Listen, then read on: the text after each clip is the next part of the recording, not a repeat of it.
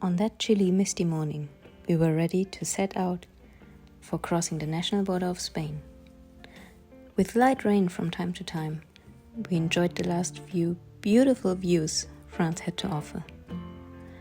Although we were a bit sad to leave this beautiful country, nice scenery, good food, and the really nice people we met behind us, we were also excited to dive into something new, to see a change in the landscape, culture, and what else Spain had to offer. We learned one thing from yesterday, because yesterday was extremely exhausting. It's very important to fuel up during a lunch break. Melon, baguette with some peanut butter and these amazing pain au chocolat. Over that bridge there, that's Spain, so we are about to cross our second national border from Germany to France and now from France to Spain. We are in Spain! Woo! Hey, viva España! Woo-hoo! Crossing the national border also means saying goodbye to the great road infrastructure for bikes and the paved ways France spoiled us with. Ui! Jetzt wird's richtig anstrengend. Moment. Although sticking to the official EuroVelo routes, we were faced with constant changes in the quality of the streets. Although the experience was quite adventurous, it made it difficult for us. The roads were constantly changing, from sand to split, stone, or eventually no road at all.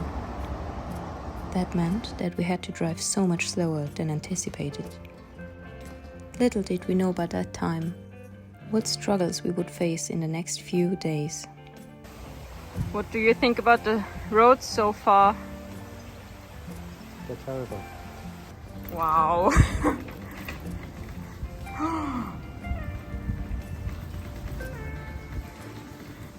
Ich fühle mich wie im Bergwerk.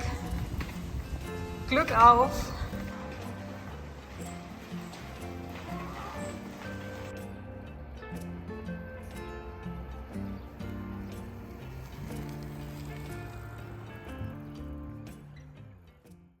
Good morning. It's 5:30. I didn't sleep at all last night. I'm so exhausted. My whole body hurts. Today we have to face more than 1,000 meters of altitude.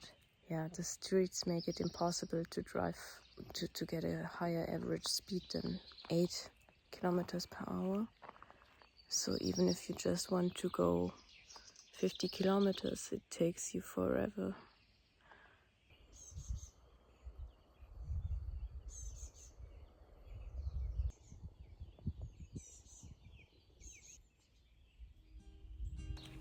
Although tired and worn out, the beautiful landscape did not fail to reward us.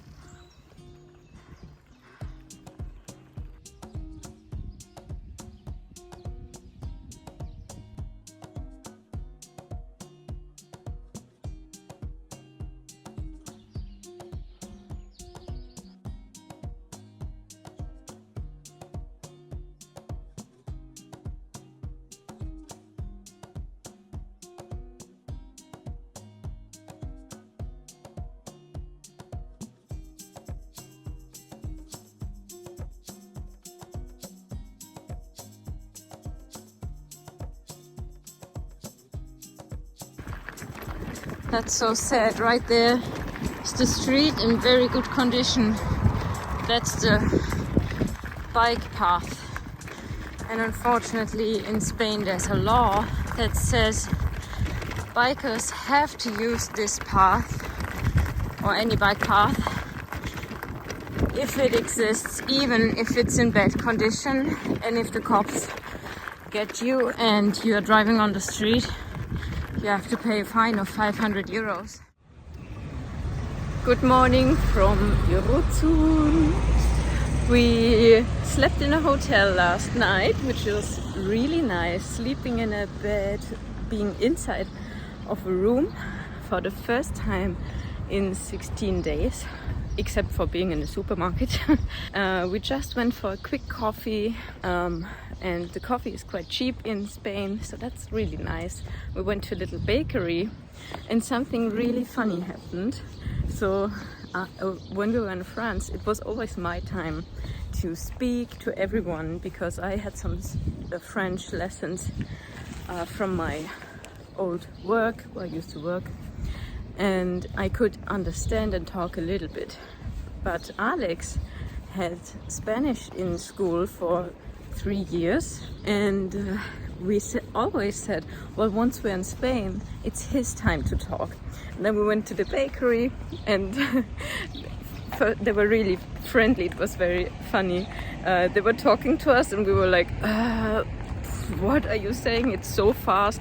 Then they said it a little slower, but turns out I understand and speak more Spanish than Alex does because he didn't practice in so long. I think it's naturally you forget, obviously. The woman who did our coffee and everything, she complimented me for my Spanish, and she said like, you understand a bit. It was so funny.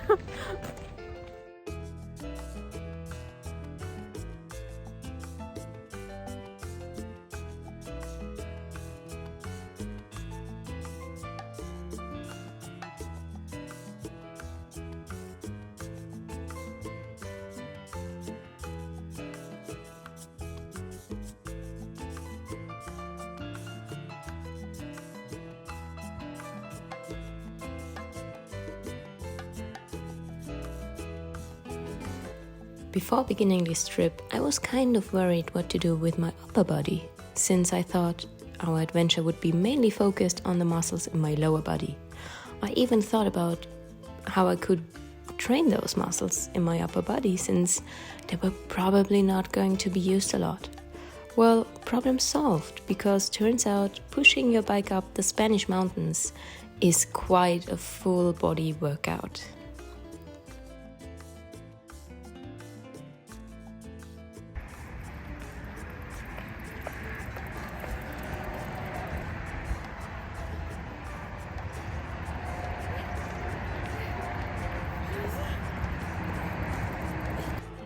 These stupid roads, they're so hard to even push your bike. That's when it's 30 degrees.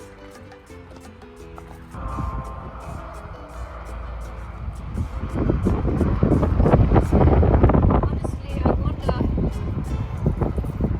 how should we be able to up our kilometers per day if the streets are like that? I mean, 30 kilometers and you're dead. There are some hefty wildfires going on in north of Spain at the moment, and here apparently was one of them, because everything's burned. In the beginning we thought it might have been on purpose, but probably not.